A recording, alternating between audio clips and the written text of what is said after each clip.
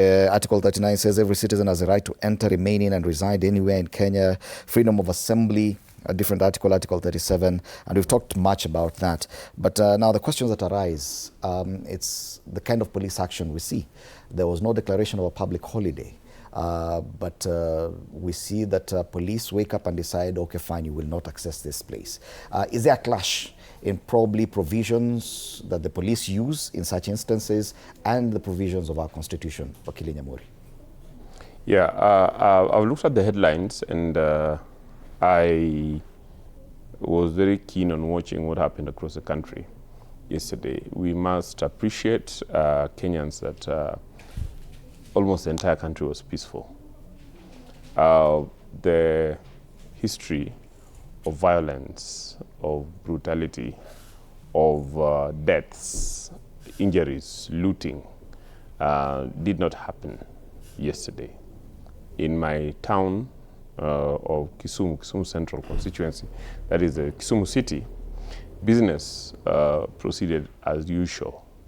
In fact, young people volunteered the day to go out to mobilize those who had no IDs to go and apply for IDs, and those who had IDs but had no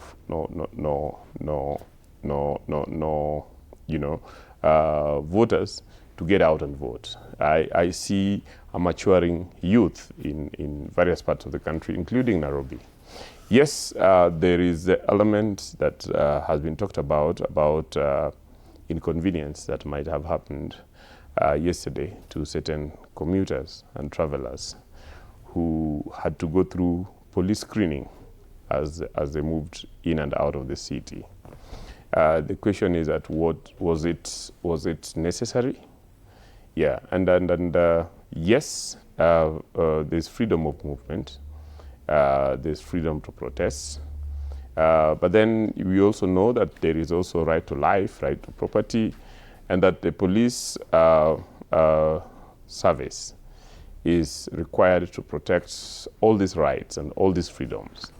And that I see yesterday's intervention rather than the reactionary intervention that we are used to seeing in the police to be an intelligence-led intervention through which police was able to, identify areas where, riots start from, and be able to then screen out to ensure that the people who would turn demonstrations into riots are then, called out at the point of planning or instigating the processes, and let the rest of the country businesses operate.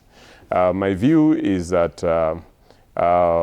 we are learning every day, and that it is important for police to continuously improve the systems that they use in such circumstances.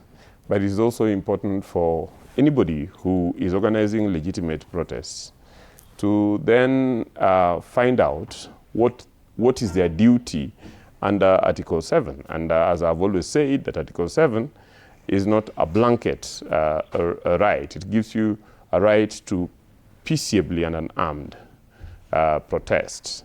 And therefore, it is important, before beginning the protests, to demonstrate to everybody, including security agencies, that the entire process will be peaceable. As such, it is important to give notice. It is important to identify the roads that you're going to use. Yes. It is important to work with the police. It is important to offer and volunteer peace marshals. It is important to organize it in such a way that there would be no suspicion, there would be no violence, because this is what has happened. Action. This is what has happened to countries. You remember South Africa used to have very violent riots, but when they then enacted a law that required the organizers of protests to work with the police and local authorities to ensure that the people who are engaged in such protests were identifiable, and that they took some responsibility in ensuring that the whole process was peaceable. South Africa no longer has the violent protests that we used to have previously. And that was from police action. Yeah. Wakili, the Public Order Act